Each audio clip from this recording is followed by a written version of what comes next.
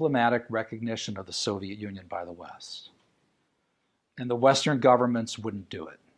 Churchill told Lloyd George, you might as well recognize sodomy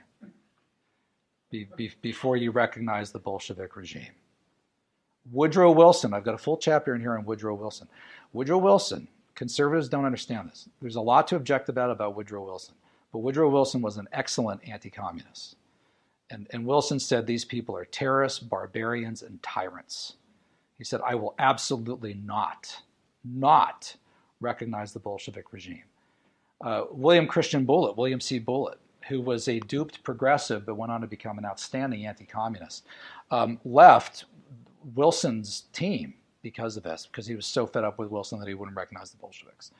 All the different Republicans and the presidents in the 1920s wouldn't recognize the Bolsheviks. Who's the first one who did?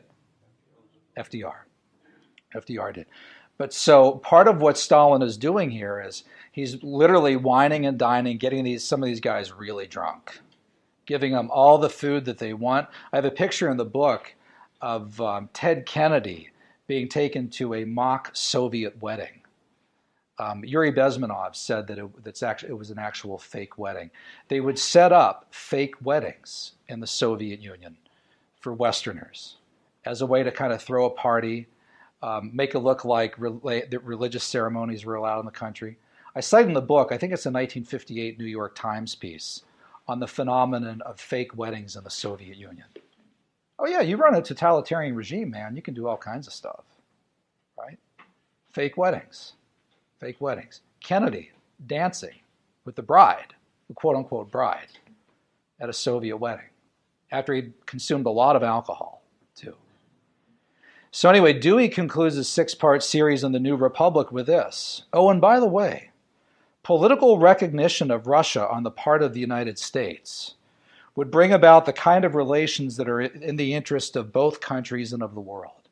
And then he says this really telling statement. I went to Russia with no conviction on that subject.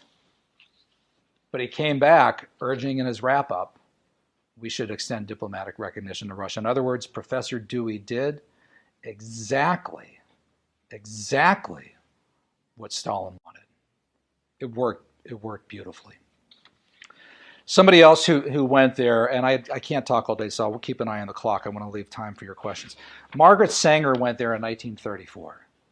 Margaret Sanger was the founder of Planned Parenthood, which was initially the American Birth Control League. And Margaret Sanger wanted Planned Parenthood first for reasons of birth control, not yet abortion. She didn't come around to legalize abortion until later, which is ironic because now Planned Parenthood is America's largest abortion provider. But she wanted birth control for purposes of women being able to space their births, but also for racial eugenics. Margaret Sanger spoke to the Silver Lake, New Jersey chapter of the KKK in 1926. It's on pages 366 to 367 of her memoirs. It's probably, if you go and find it in the library of your ever secular university, those pages are probably ripped out. But she wrote quite openly about, she had to wait for hours. And then the people came in with the hoods, and then the flaming crosses. And then Sanger went in and spoke to the KKK gals. Such a hit that she missed her train back to New York and had to spend the night. Got a whole bunch of invitations after that. And why would the KKK like Sanger? Well, because of Sanger's talk about race improvement, racial eugenics, her Negro Project. None of this stuff is talked about when they give out the Sanger Award every year at Planned Parenthood. When Hillary Clinton won her Sanger Award, I think it was 2008, she talked about how she was in awe of Margaret Sanger. And there was no editorials anywhere in the New York Times or Washington Post on, well, you know, Margaret Sanger spoke to the KKK in 1926. Hillary Clinton must be a closet hooded racist. Nothing like that. If you're a progressive, you can get away with all of this kind of stuff. But so Sanger went there. She made her pilgrimage in 1934 because she wanted to see what the Soviets were doing with birth control. One of the first things that the Bolsheviks did in 1920, they legalized abortion and they legalized divorce. And within 10 to 12 years, They had rates of divorce and abortion never before seen in the history of the world. I've got a full chapter in this in my new book, Takedown. It was not unusual by 1930 to meet Russian couples that had already been divorced 10 times. Abortion got so out of control that by 1936, Stalin had to ban it because he said we're not going to have a Russia 20 years if this keeps up. For which Trotsky really gave him hell, because Trotsky said, "Comrade, you're going to be a good communist. You must have abortion. You must have abortion. I mean, Marx and Engels wrote about the abolition of the family. You must have abortion. You must have divorce." So Khrushchev brought it back in 1955. By the 1970s, the Soviet Union was averaging 7 to 8 million abortions per year. The worst year in America, Roe v. Wade, was about 1.5 million. And they had the same population that we did, roughly. So 7 to 8 million a year. So Sanger goes there in 1934. She wants to see what's going on, right? And she gets there, and for one thing, I'm going to read a quote from her on this. She's appalled by the number of abortions. She said, in Moscow alone, Soviet officials are telling me there's like 100,000 abortions. This is unbelievable. The founder of Planned Parenthood was kind of aghast at this. And she says here, though, that no worry about this. By the way, this is progressivism in a nutshell. Listen to what they tell her and how she's assuaged by this. She writes this in her Birth Control Review. The masthead of Birth Control Review, her founding publication, said, to create a race of thoroughbreds. And in the June 1935 issue of Birth Control Review, she wrote on her pilgrimage to Russia. And she said here, the total number of abortions is not known, but the number for Moscow alone is roughly estimated at about 100,000 per year, which, by the way, that was right. That was correct. However, all the Soviet officials with whom I discussed the matter stated that as soon as the economic and social plans of Soviet Russia are realized, neither abortions nor contraception will be necessary or desired. You see the belief, the progressive belief in utopia. Once you fully get the state doing everything and all the wondrous things that the state needs to do, every progressive and leftist believes that they simply haven't had enough power yet to really do what they want. But when they really can truly, really, really, really do what they want, it'll all work out. Neither abortions nor contraception will be necessary or realized. Listen to this quote from the founder of Planned Parenthood. A functioning communist society will assume the happiness of every child and will assume the full responsibility for its welfare and education. So Sanger was a little bit off on that one. From 100,000 abortions a year in Moscow in 1934 to 7, 8 million a year in the 1970s. One more thing. She wrote a piece, she said this in her piece, Birth Control in Russia. And this is fascinating because this is where American progressives are today. Theoretically, there are no obstacles to birth control in Russia.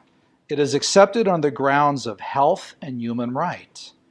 We in America could well take example from Russia, where there are no legal restrictions, no religious condemnation, and where birth control is part of the regular welfare service of the government. And that's where we are in America now, where birth control is part of the regular welfare service of the government, the Obama HHS mandate. And if you disagree with it, you favor a war on women. You hate women, period. So it's part of the regular welfare service of the government. All right, a couple more and then I'll wrap up. Frank Marshall Davis, real quick. I wrote a full book on Davis. It's called The Communist. Frank Marshall Davis was a mentor to Barack Obama in the 1970s. Davis was born in 1905, died in 1987. I have a 600-page FBI file. And in the book, The Communist, I reprint about 20 pages from that FBI file. One of them is this summary right here, his data sheet, which includes his Communist Party USA number, 47544. So we knew his actual Communist Party number. And Davis was introduced to Obama by Obama's maternal grandfather, Stanley Dunham. It would have been in the fall of 1970. There are witnesses to that happening. Stanley Dunham knew that his grandson needed a role model, a kind of father figure, because he didn't have a father at home. And so Stanley Dunham, in particular, Stanley Dunham felt that his grandson needed a black male role model. And so instead of picking the Little League coach or scoutmaster, whatever, he picks the one person known in all of Honolulu as Old Red Frank. So he picked a guy that was called to Washington by the Democrats in 1956 to testify in his, quote, scope of Soviet activities in the United States, unquote. So it gives you an indication of Obama's grandfather, how far to the left his politics were. The grandfather and Frank Marshall Davis used to play cards and checkers together. They used to drink together, and they also used to smoke dope together in the 1960s. So imagine these two men in their 60s in the 1960s smoking pot together. So Obama comes from a very unusual political background. Frank Marshall Davis joined the Communist Party in Chicago during World War II, after the signing of the Hitler-Stalin Pact, which was when a lot of people left the Communist Party, especially Jewish communists. A lot of them left after the signing of the Hitler-Stalin Pact. Frank joined after the Hitler-Stalin Pact. He was, why do I have him in Dupes? Why do I talk about him in Dupes? He was a master at hoodwinking people on the left. Was very, very good at this. He would describe himself, as many of these communists do, as a progressive. And that's a very difficult thing. And you'll hear people like Glenn Beck say, and he gets beat up for it, that when you hear the word progressive, think communist. No, you can't, because progressive doesn't actually mean communist. But I'm sympathetic to what Beck is saying, because so many communists will call themselves progressives to cloak their communism that sometimes you can't tell the difference. But Frank called himself a progressive in the best Jeffersonian use of the term, as he put it. His very first editorial in the Chicago Star, which was the Communist Party publication that Frank Marshall Davis was the founding editor-in-chief. And the first editorial, July 4th, 1946, was called Those Radicals of 76, where Davis, Frank Marshall Davis, Obama's mentor, invoking the idea of a fundamental transformation of society, talked about how we needed to be like the American founders, right? So they did this all the time. I've got a full chapter in the Communists called Our Communist Founding Fathers. The communists were great at hijacking the American founders, especially Tom Paine. Citizen Tom Paine was a book by Howard Fast, the Stalin Prize winner, that used Tom Paine to basically argue that Tom Paine was a revolutionary just like the modern American communist revolutionaries. They fought to try to get that book used in New York public schools, which was a huge battle. Well, they ought to try again. Maybe they'd get it in now if they worked at it a little harder right now. So Davis was great in particular at misleading the religious left. When I asked Herb Romerstein, when I first started doing research on Dupes, and I said, Herb, was there one particular group that the communists had greater success at hoodwinking more than others? Maybe educators, college professors, Hollywood. He said, the religious left. He said the religious left were, as Herb put it, the greatest suckers of them all, especially from the mainline denominations. Right? They were really easy to get. I have in the book, in the Communists, I have 2 chapters on this in Dupes. The group, the American Peace Mobilization. Are any of you familiar with that group? Fascinating, scary. And if this doesn't bother you, I don't know what will. If you're a liberal, this ought to make steam come out of your ears. That ought to make you so angry. The American Peace Mobilization was set up out of Chicago in 1940. I reprint the document in Dupes. It's now in the Comintern archives in CPUSA at the Library of Congress, where the Comintern says flat out that they set up the American Peace Mobilization at a conference in Chicago in September 1940. And I believe Davis was there. I'm pretty sure he was there. And on the welcoming committee, part of that too was also Valerie Jarrett's grandfather was also part of that group as well. Valerie Jarrett's grandfather and father-in-law New Frank Marshall